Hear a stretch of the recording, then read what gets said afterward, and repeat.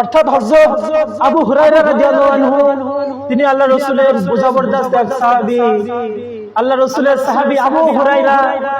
এই আবু হুরায়রা রাদিয়াল্লাহু আনহু তিনার ভিতরে এক ফোঁটা অহংকার নাই।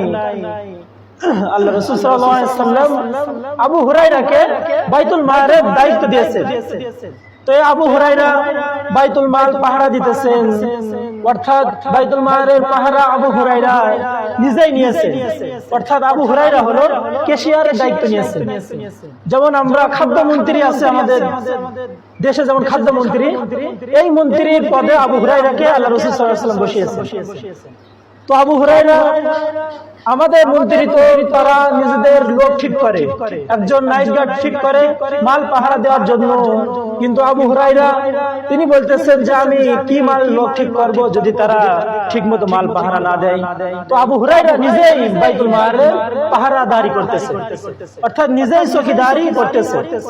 তাহলে তাদের ভিতরে এতটুকু অহংকার নাই যে নিজে খাদ্যমন্ত্রী হয়েও তিনি খাদ্য পাহারা দিতেছেন, বাইতুল মালের আটা পাহারা দিতেছেন।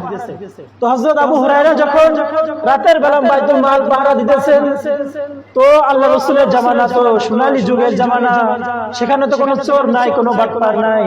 তো আল্লাহ রাসূল সাল্লাল্লাহু আলাইহি ওয়াসাল্লামের জামানায় আবু হুরায়রা খাদ্য পাহারা দিতেছে। তো আল্লাহ রাসূলের জামানায় কোনো চোর নাই, কিন্তু শয়তান তো আছে।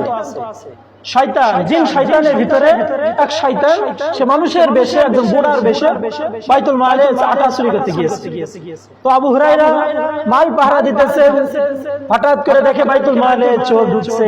বাইতুল মালে চোর ঢুকে আটার বস্তার উপর হাত দিচ্ছে। তো আবু হুরায়রা তো সজাগ সাহাবী, তিনি তো ঘুমাইন না, নাইট গার্ড না যে তিনি ঘুমায় ঘুমায় চুকি দিবে। আবু হুরায়রা বাইতুল মাল পাহারা দিতেছেন, আল্লাহ রাসূল তাকে দায়িত্ব দিয়েছেন, তিনি তো আমানতদার। তো পাহারা দেওয়া অবস্থায় যখন শয়তান চোর আটার বস্তায় হাত দিছে, তো চোরকে সঙ্গে সঙ্গে হাত ধরে ফেলছে। তো চোরের হাত ধরার পরে বলছে, কি চাচা আপনি বুড়া বয়সে চুরি করতে আসছেন?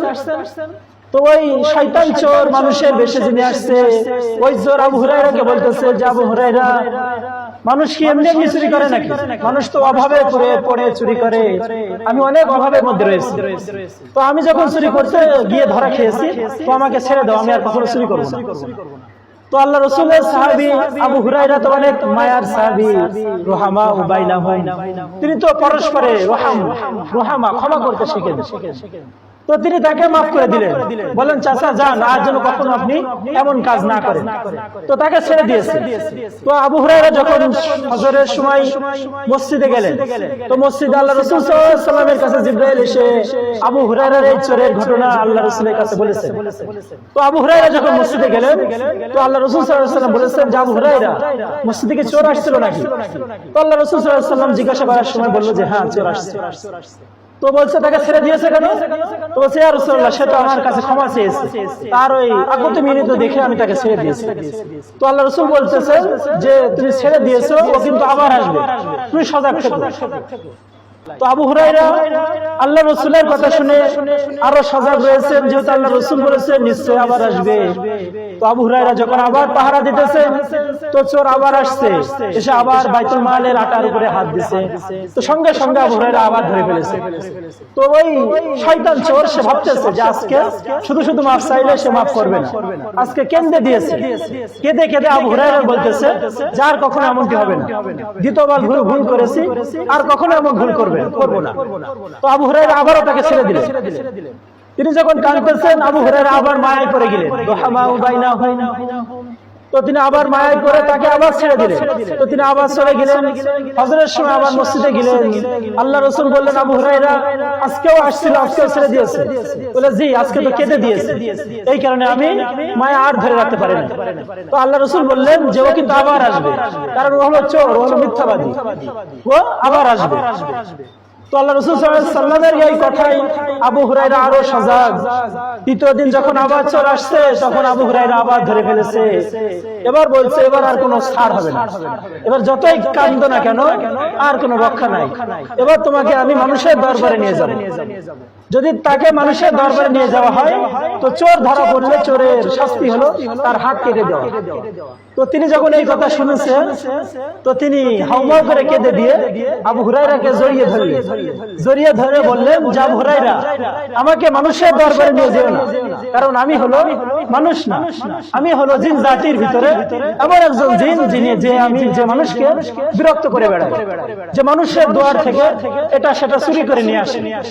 তো এই কারণে ফকিরা বলেন যে জিন সাধন যারা করেন এই তাদের কামাই খাওয়া হারাম।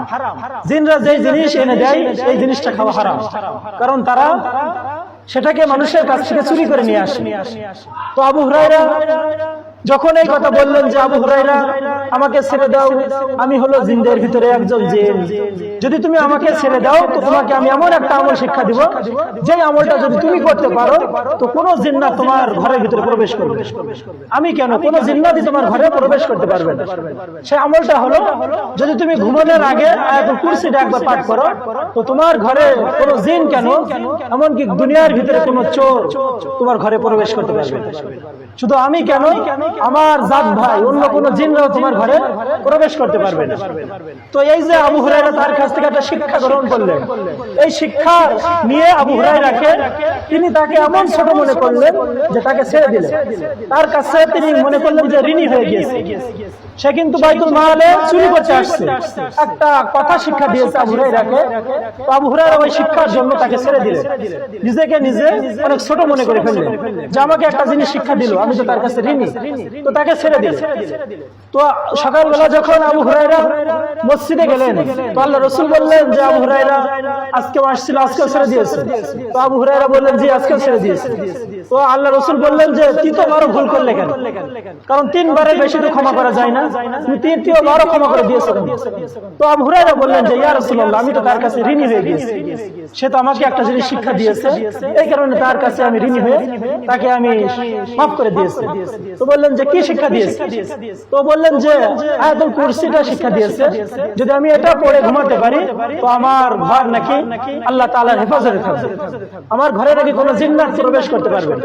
তো আল্লাহ রাসূল সাল্লাল্লাহু আলাইহি ওয়াসাল্লাম বললেন যে আবু হুরায়রা মিথ্যাবাদীরা কখনো কখনো সত্য কথা বলে, অর্থাৎ ও যে চোর, ও যে তিনবারে বলল যে আমি আর আসবো না, সে মিথ্যাবাদী, সেও এই একটা সত্য কথা বলেছে।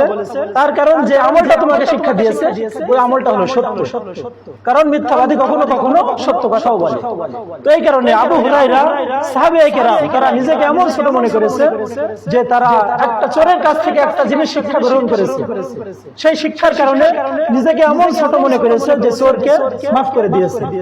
ওই রকম ভাবে তারা নিজেকে এমন ছোট মনে করত যে মানুষদেরকে ছোটখাটো জিনিস শিক্ষা দিতে তারা লজ্জিত হইত না, তাদের সন্তানদেরকে উযু শিক্ষা দিতে লজ্জিত হইত না, কুরআন শিক্ষা করাতে লজ্জিত হইত না তারা।